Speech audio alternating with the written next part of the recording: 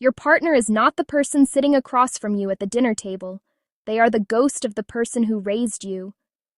We like to believe that our hearts are wide open frontiers, that we choose our lovers based on shared interests or a mysterious spark, but the truth is far more unsettling.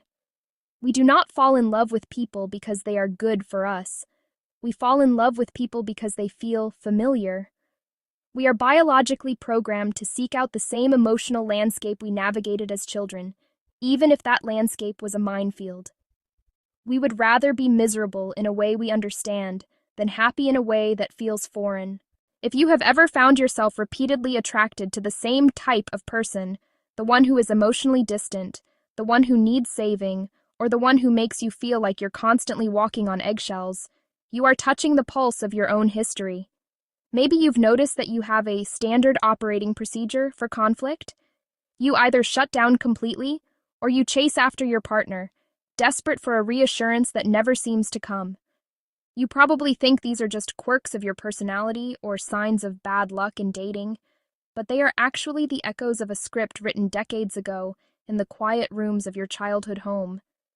By the end of this journey, you will understand that your love style is actually a survival strategy that you once needed to stay safe. In the next few minutes, we are going to deconstruct how your earliest bonds shaped the way you give and receive affection today. You will see why your brain confuses anxiety for excitement and why you keep recreating the very patterns you claim to hate. Most importantly, you will understand that while you didn't choose the blueprints of your heart, you are the only one who can decide to renovate the house. To understand how we relate, we have to look at the village of the nursery. When we are born, we are the most helpless creatures on earth. Our survival depends entirely on the attunement of our caregivers. Attunement is a simple concept with profound consequences. It is the ability of a parent to look at a crying child and accurately guess what that child needs. Is it hunger? Is it fear? Is it a wet diaper? When a parent is consistently attuned, the child learns a fundamental truth about the world. My needs matter, and the people I love are a safe place to land. This is the foundation of a secure attachment style. It is the gold standard of relating, where intimacy feels like home and independence feels like growth. But what happens when the village is broken?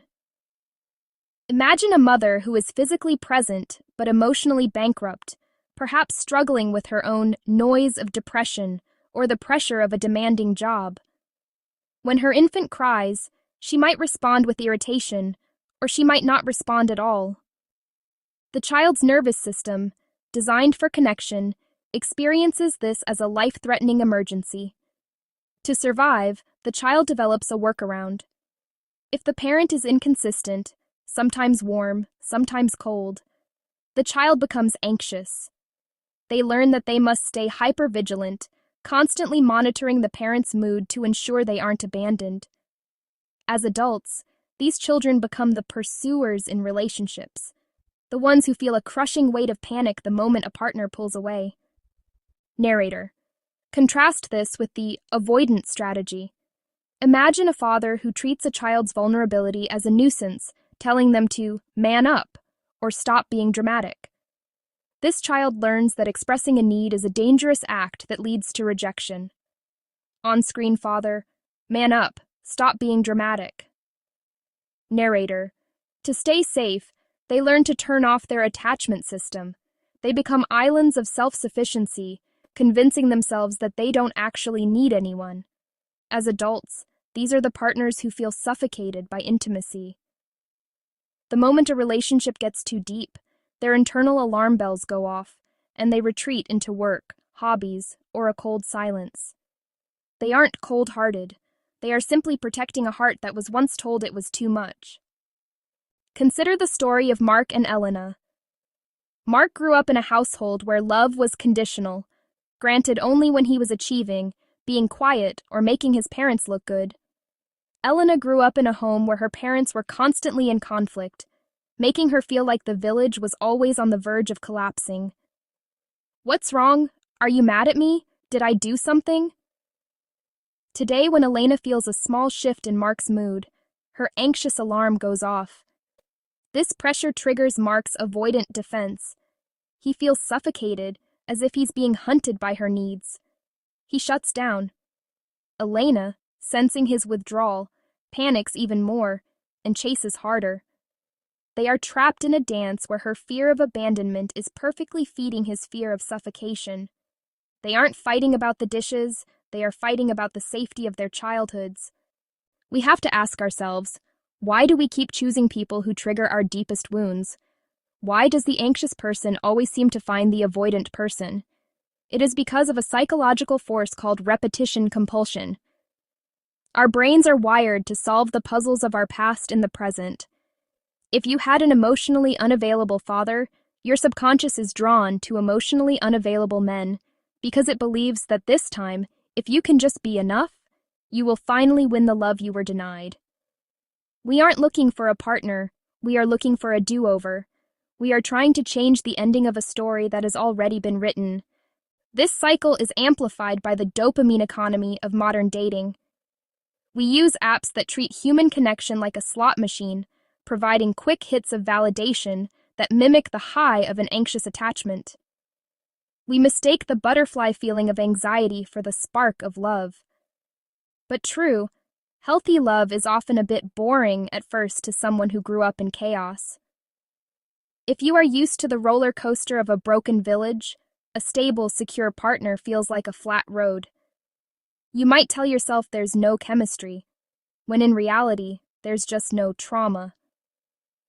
We have to learn that peace is a higher form of passion than drama. Generationally, we are living through a massive shift. Many of our parents were raised in a culture that prioritized duty over attunement. They were taught to provide the I, the food, the shelter, the education, but they weren't taught how to provide the we, the emotional resonance. This has left many of us with attachment hunger. We are the first generation that is widely questioning these patterns, seeking out therapy, and trying to learn the language of the heart. We are trying to swing the pendulum back from the isolated individual toward a conscious community.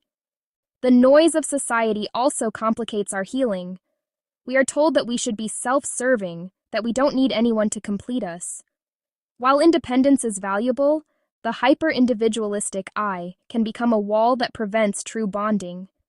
We are biological creatures designed to co-regulate our nervous systems with others. When we pretend we don't need anyone, we are fighting our own nature. We need to find the dharma of our relationships, the duty to be a safe haven for our partner while also maintaining our own center.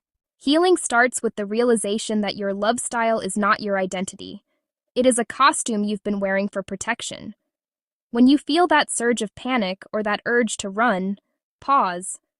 Ask yourself, is this my partner speaking to me, or is this my 6-year-old self trying to survive? By identifying these moments, you create a gap between the trigger and the reaction. In that gap, you can choose a different path. You can choose to be vulnerable when you want to hide, or you can choose to be still when you want to chase. This renovation of the heart is difficult work. It requires us to look at the toxic things we've been told and the ways we've been let down, not to assign blame, but to find the truth. It requires us to be nice to ourselves, recognizing that our defenses were built out of necessity. You aren't broken or needy or cold. You are a person who learned how to survive. But you aren't in that nursery anymore. You have the power to build a village of two that is rooted in kindness rather than fear. As we look toward the future, the rise of AI and digital isolation might make these human bonds even more vital. We are entering an era where realness is the ultimate currency. To be a world-class partner is to be someone who can look at their own history and say, "The cycle stops with me." It is the courage to be unproductive enough to simply sit with someone in their pain, without trying to fix it or right it. In the end, love is the process of two people helping each other heal their pasts. It is a long, slow conversation between two nervous systems, trying to find safety. The village may have been broken once, but every time you choose to respond with kindness instead of your old defense, you are laying a new brick. You are proving that while your childhood may have affected how you relate, it does not have to dictate how you love. So, the next time you feel the noise of your history rising up in a conflict, take a breath. Look at the person in front of you, not as a ghost, but as a human being who is likely carrying their own invisible village. Choose the we over the I. Choose the connection over the correctness. We are all just walking each other home, and the road is much shorter when we finally decide to stop running from each other. Thank you for watching. Please share your thoughts, share this video with others, and subscribe for more.